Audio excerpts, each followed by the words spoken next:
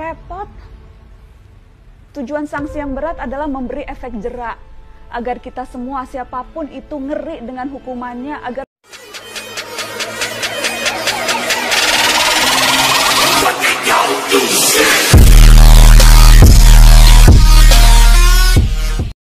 Harbolnas masih jauh, Lebaran dan Hari Raya udah lewat. Tapi ada loh yang rajin korting sini, korting sana. Bukan di mall atau marketplace. Obral korting ini sedang terjadi di pengadilan kita. Sekali lagi, pesta korting terjadi di Pengadilan Tinggi Jakarta. Masih ingat kan mereka memotong hukuman untuk Jaksa Pinangki Sirna Malasari? Sekarang mereka mengurangi hukuman untuk Joko Chandra. Terdakwa kasus penyuapan sederet pejabat di Kejaksaan Agung dan Kepolisian ini dapat potongan hukuman sebanyak 1 tahun penjara. Awalnya dihukum 4 tahun 6 bulan, sekarang jadi 3 tahun 6 bulan. Ya lumayan lah, 30% lebih diskonnya. Kalau kita lagi belanja, diskon 30% itu kan lumayan bisa bikin hilaf kan? Kortingan hukuman untuk Joko Chandra kali ini dengan alasan karena Joko sudah menjalani pidana penjara terkait kasus sebelumnya, pengalihan utang atau sesi Bank Bali di tahun 2009. Alasan lain, Joko juga sudah menyerahkan dana yang ada dalam escrow account Bank Bali sebesar 546 miliar rupiah. Duh, gimana sih? Fakta bahwa yang bersangkutan pernah terbukti bersalah melanggar hukum, kok jadi alasan hukuman berikutnya jadi lebih ringan? Orang yang pernah melanggar hukum ketika mengulangi lagi perbuatannya, mestinya dihukum lebih keras lagi dong. Apalagi kejahatan yang kedua ini untuk kabur dari hukuman kejahatan pertama. Jelas-jelas kejahatan kedua dilakukan untuk melecehkan hukum dan pengadilan. Kok malah jadi alasan untuk diberi keringanan? 4 dari 5 hakim yang mengkorting hukuman Joko Chandra ini juga hakim yang memotong hukuman Jaksa Pinangki. Ladies and gentlemen, please welcome Muhammad Yusuf sebagai Hakim Ketua, Haryono, Singgih Budi Prakoso, dan Reni Halid sebagai Hakim Anggota. Keempatnya sama-sama mengkorting hukuman Pinangki dan Joko Chandra. Nah, kalau Joko Chandra dikorting 30%, Pinangki ini kortingannya malah 60%. Dari 10 tahun menjadi 4 tahun. 60% dong.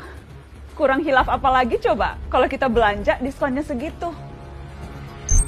Satu hal lagi juga terungkap. Pinangki hingga akhir Juli ternyata belum juga dipindah ke lapas, tapi masih ditahan di rutan Kejaksaan Agung. Alasannya, hanya soal administrasi dan kejaksaan sedang banyak pekerjaan. Tenaga harus dijaga karena masih pandemi. Jangan lupa, ada lagi yang barusan terima kemurahan hati juga. Juliari Batubara, mantan Menteri Sosial yang tersangkut kasus tilap menilap dana bansos. Ia dituntut 11 tahun penjara oleh jaksa dari KPK. Korupsi di tengah pandemi loh. Kurang buas apa lagi coba? Perlu digarisbawahi, jaksa yang menuntut 11 tahun itu dari KPK. Iya, KPK, anak buahnya Pak Firly Bahuri. KPK yang sekarang itu, yang beberapa bulan lalu berani koar-koar soal hukuman mati mereka yang menilap uang rakyat di masa pandemi. Penegakan hukum ini soal bobot, soal ukuran, juga soal kepantasan. Yang pegang kendali memang hanya beberapa, tapi kita bisa menilai seberapa impas dan pantas. Akil Mohtar, Ketua Mahkamah Konstitusi yang tersangkut suap pemilu kada, bisa dituntut seumur hidup. Kenapa yang mencatut uang makannya rakyat miskin yang sedang terjepit karena pandemi, kok hanya 11 tahun? Repot ini, repot. Tujuan sanksi yang berat adalah memberi efek jera, agar kita semua siapapun itu ngeri dengan hukumannya, agar siapapun jadi berpikir ratusan kali sebelum berbuat jahat. Kalau hukumannya ringan, tuntutannya enteng, dan masih dikorting sampai 60% begitu, siapa yang kapok? Di mana-mana flash sale itu, diskonan itu, untuk mengundang orang datang dan belanja.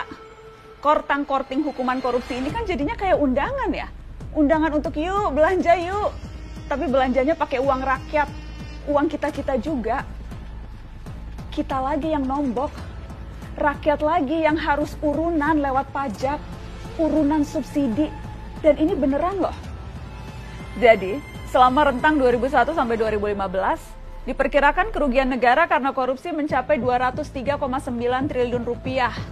Namun total hukuman finansial yang diberikan kepada koruptor hanya 10,42% saja atau hanya 21,26 triliun rupiah. Ini belum ngitung biaya sosial dari praktek korupsi. Kalau pakai hitungan ICW itu, 203,9 triliun dikurangi 21,26 triliun, negara masih nombok sekitar 182 triliun lebih. Siapa yang nombokin selisihnya? Ya siapa lagi selain kamu, saya, kita semua para pembayar pajak. Yang harus kapok kan para koruptor ya? Kok malah lama-lama kayak kita yang kapok ya?